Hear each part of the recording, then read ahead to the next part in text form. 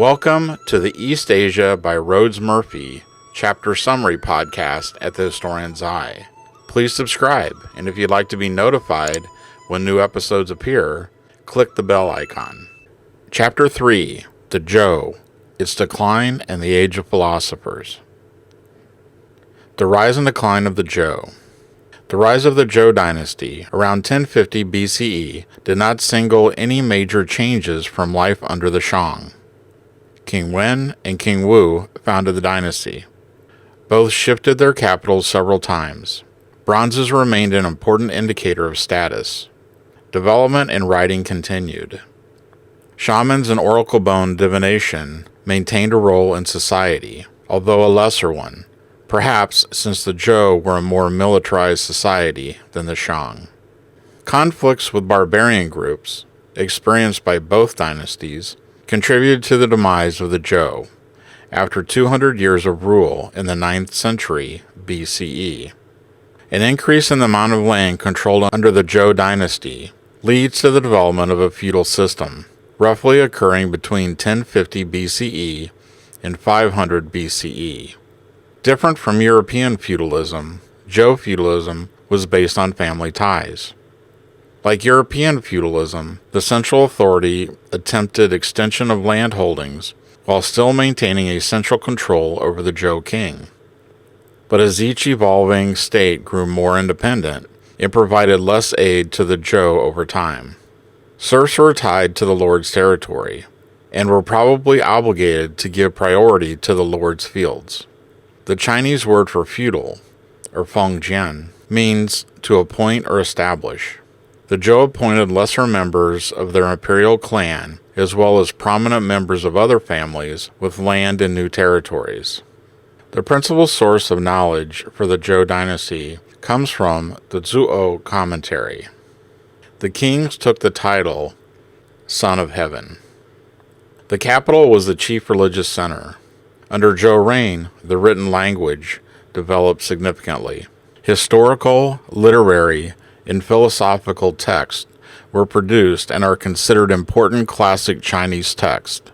The 5 classics are the Book of Changes, a manual on divination, the Book of Songs, which is lyrical poetry, the Book of Rites, which describes rites and rituals, the Spring and Summer Annals, which records the events from 722 to 481 BCE, and Zhou Shang, which is a supplement to the latter.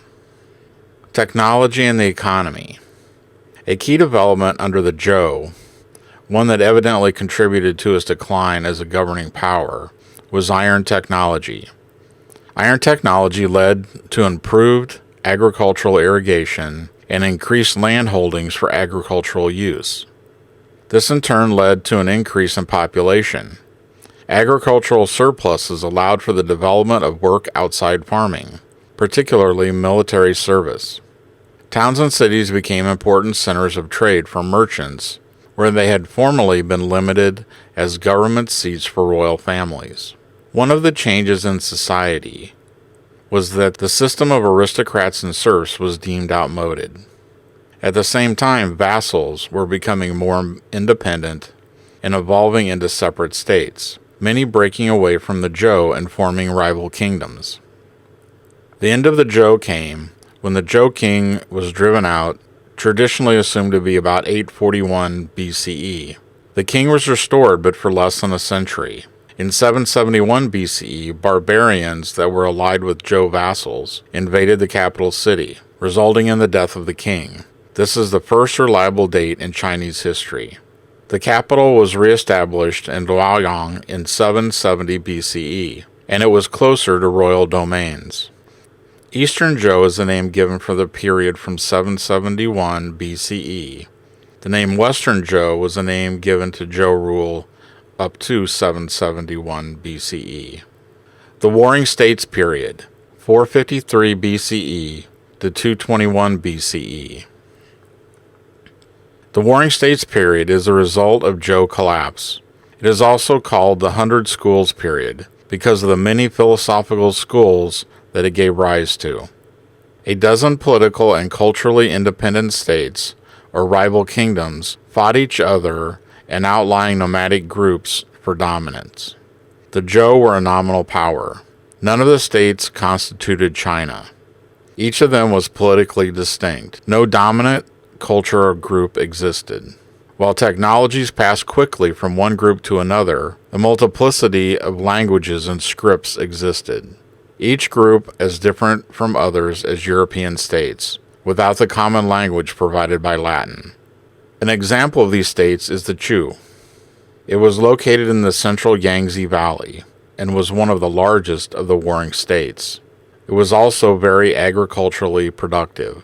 It had strong literary traditions and developed a powerful navy. It was defeated by a coalition of states in 632 and 301 BCE. Throughout this period, warfare increased. Better agricultural yields allowed states to grow larger armies. Foot soldiers were increasingly important, diminishing the place of aristocrats. Coins became common, and roads improved. While the Zhou called many of the states barbarians, many at least were as sophisticated as the Zhou. Larger peripheral states were the first to discard feudalism. These states were also increasing, and they put in place bureaucracies, systems of coinage, and state monopolies. The vulnerable northern states began to build long walls. Mounted warriors became more important in these areas. Military guides appeared, the most famous of which was The Art of War, credited to Sun Tzu, or Master Sun.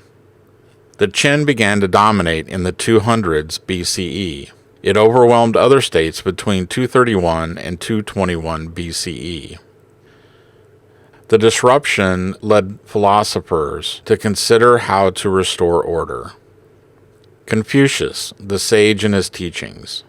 Confucius, from about 551 to about 479 BCE, was born in one of the smaller states in the Shandong province.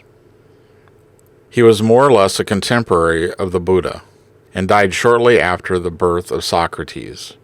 In China, he is referred to as Kongfuzi, or Master Kong, as he was a member of the Kong family, who were low-level aristocrats.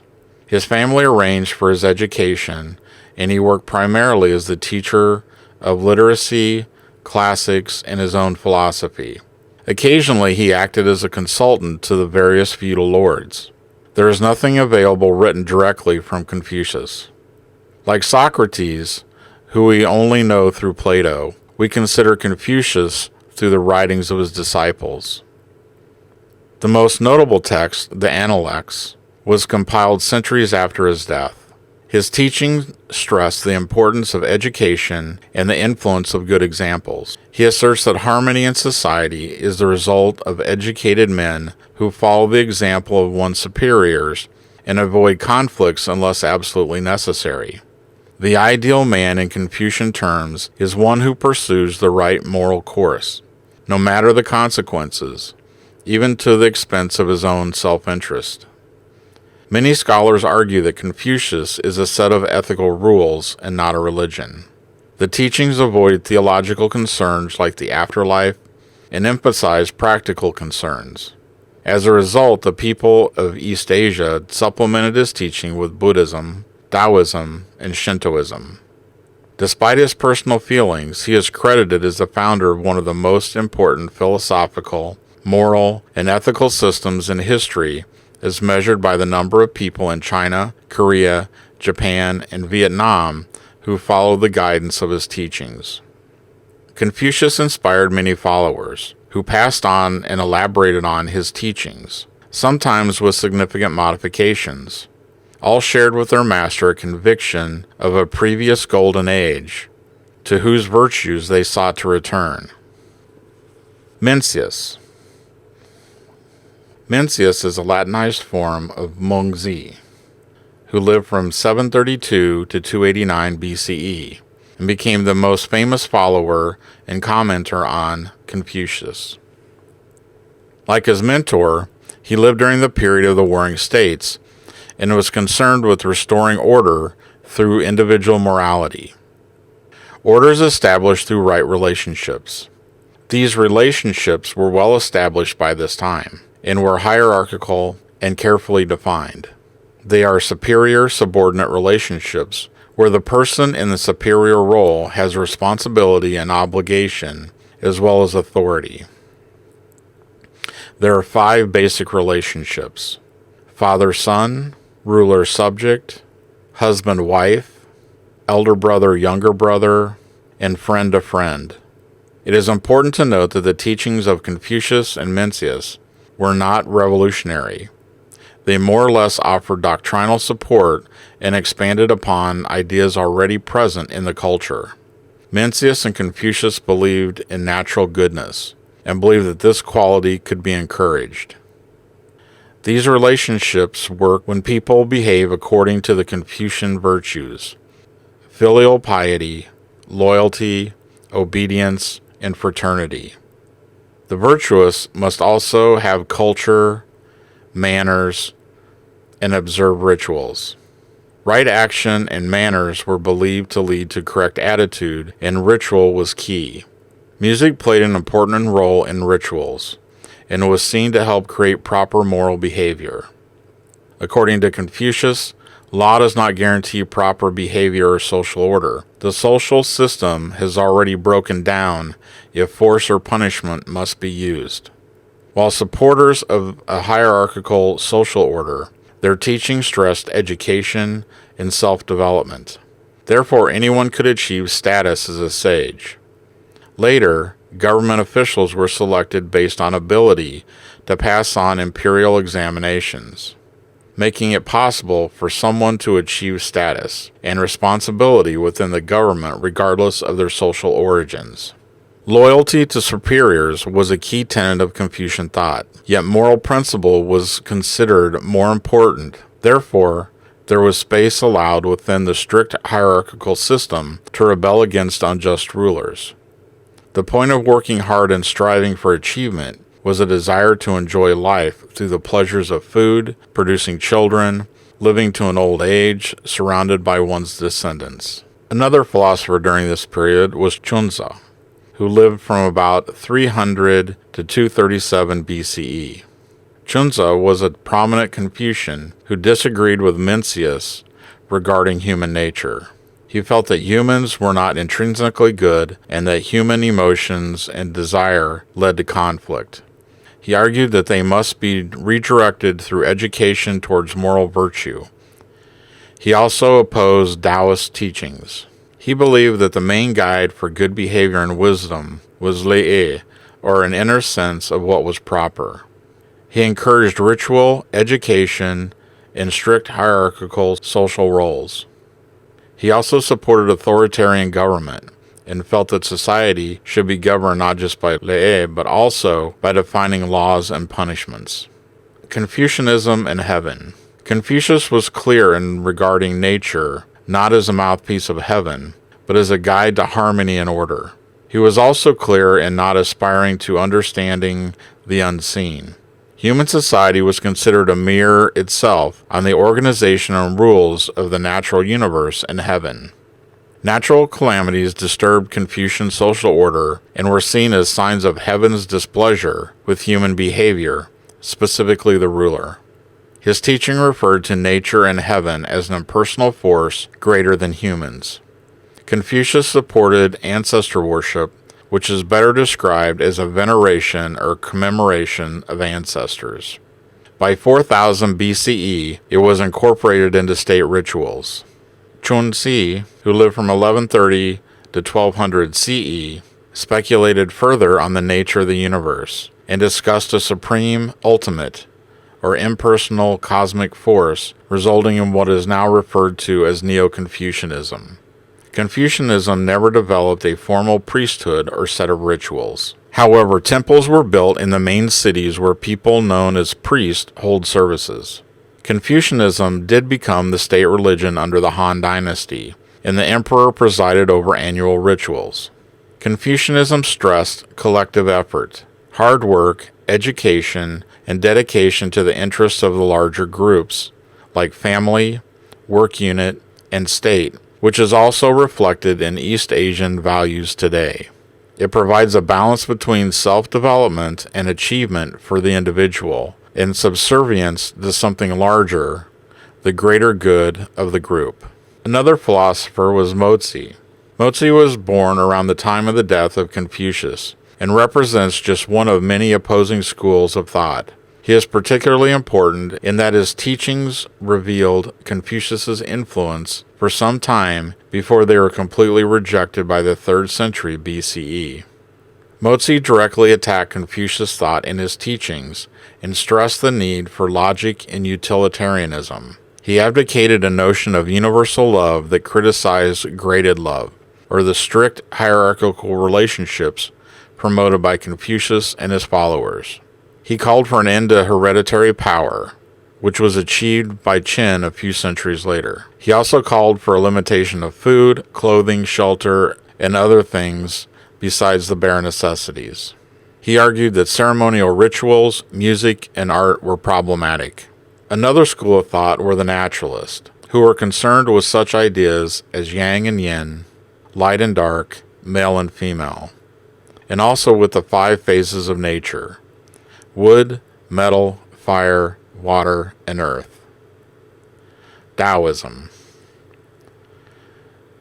Taoism, or the Way, was the second major philosophical school of thought that emerged during the period of the Warring States. Its response to the chaos and conflict was a withdrawal from all worldly and political matters, seeking solace and tranquility from the cosmos and nature. It was based on earlier notions, and it possibly drew on older nature worship. Taoism can be considered a critique of Confucianism. It rejected strict social rules, community life, and education. This is a radically different point of view when compared with Confucianism. Doing what comes naturally and a withdrawing into oneself were among the most important aspects of Taoism. The main text, the Tao Te Ching, or the Classic of the Way, is a collection of mystical remarks attributed to Lao Tzu, or the Old One, but was most likely compiled by a number of authors in the 3rd century BCE. Since Taoism encourages silence and rejects education, its texts are written in riddles, juxtapositions of opposites, and parallels with nature. The main point of the text is that people should follow the guidance of nature, relax, and go with the flow. Another important text is Zhuangzi. It was named after a philosopher who died about 328 BCE, although it was also likely compiled by various individuals in the 3rd century BCE. The text consists of stories about Zhuangzi's life following the Tao. Taoism merged with other belief systems, including folk religions, and grew into a mass religion. Taoist priests, temples, and monastic orders developed. Ironically, it developed to be a much more organized religion than Confucianism. It also developed a pantheon of gods and immortals, as well as a version of the Buddhist heaven. Later Taoists, most notably under the Han Dynasty, experimented with medicinal herbs and contributed greatly to Chinese medicine and technology. This is also ironic since Taoism stressed the acceptance of nature without questioning it. Taoism developed in opposition to Confucianism, and Confucian followers officially scorned Taoists.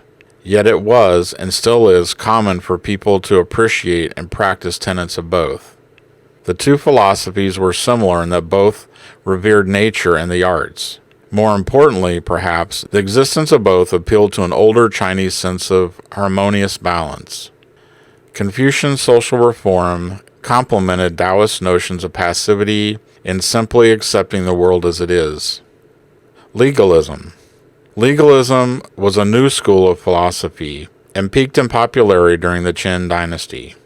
Composed of the so-called disciples of Chung Tzu, it promoted strict laws as the only way to ensure order. Some of its tenets were incorporated into later ideas of empire. The role of women. Little is known about the role of women in ancient and classical China. Confucius texts make women subservient to male members of the family, yet it appears that they played an important and powerful role. The Tao Te Ching suggests that women are unknowable and powerful, and the ancient concept of yin-yang stresses an important role for femininity in the balance of things. The Chinese language. The Chinese written language started expanding into the rest of East Asia with the building of the Qin Han Empire. As all languages, it both reflects the East Asian culture and contributes to the construction of the culture. Writing began somewhere in the world with pictographs rather than phonetic symbols. However, a pictograph system of writing still flourishes in East Asia, despite the recent adoption of the pinyin system, or the romanization of language with Western letters. The importance of written language to Chinese culture is one of the main reasons it never wholly adopted the phonetic system. The characters are viewed as containing an inherent magic-like quality, which was first recognized on the oracle bones. Inscriptions, even on paper, for weddings or funerals, are still seen as possessing power. The power lies in the characters themselves. Bad consequences can arise from the destruction of the characters. Characters for names are chosen because they contain special meaning. Calligraphy has historically been seen as the most important art form, and it is an important example of the inherited power of the characters. The characters have changed little over time, stressing the important role of the past and maintaining continuity. This is in contrast with Western societies, where few can read the ancient Greek text. Sense of value in history, past, respect and reverence for written record contribute to the unchanging nature of language. The structure of the Chinese language. Many Chinese words are monosyllables, so characters help distinguish them. Some are compounds of 2 or 3 monosyllables. Spoken language consists mostly of compounds, or 2 or 3 monosyllable words. The meanings of words that sound similar when spoken are distinguished by the spoken tone used when pronouncing the word. Level, rising, falling, or a combination of rising and falling. There is an absence of tenses, cases, and articles. Some meaning is often dependent on the context, or additional monosyllables are used to indicate past, present, etc. It is important to remember that while written Chinese has changed very little, spoken Chinese has most likely changed often over time. Administration of a vast empire with dramatic regional differences was made possible with a common writing system learned through the education system. Mandarin is what Westerners typically call, quote, official speech, and a cultural emphasis on education has contributed to the lasting influence of the written characters. Differences in the spoken language endure. The one written language is universal in China. Cantonese was originally a separate language, related to or identical to Vietnamese. The language is now basically the same as Mandarin in its written form, though the pronunciation is different. Tibetan, Mongol, and Uyghur are exceptions, being wholly different from Han Chinese. Despite the number of characters that have been memorized, which is at least 5,000 just to read a newspaper, East Asia has relatively high literacy rates. Contemporary Japan has the highest in the world. Written Chinese is considered the language of learning in East Asia, and indeed the region owes much of its identity to the shared written system. Until about a century ago, books written in Korea and Vietnam, and many written in Japan, were in classical Chinese, rather than in each of the country's own developed language. Educated citizens in each country can still read Chinese. An effort to increase literacy and the necessity of incorporating new technologies into the language has resulted in contemporary changes. The Chinese government has recently simplified many of the characters, and the addition of computers in society has replaced the need to handwrite the characters. The contemporary government has also unofficially adopted the pinyin system. Adoption of non-East Asian words also occurs. Foreign words are often a challenge. They are usually simply transliterated in Korean and Japanese, but transformed into more meaningful equivalents in Chinese.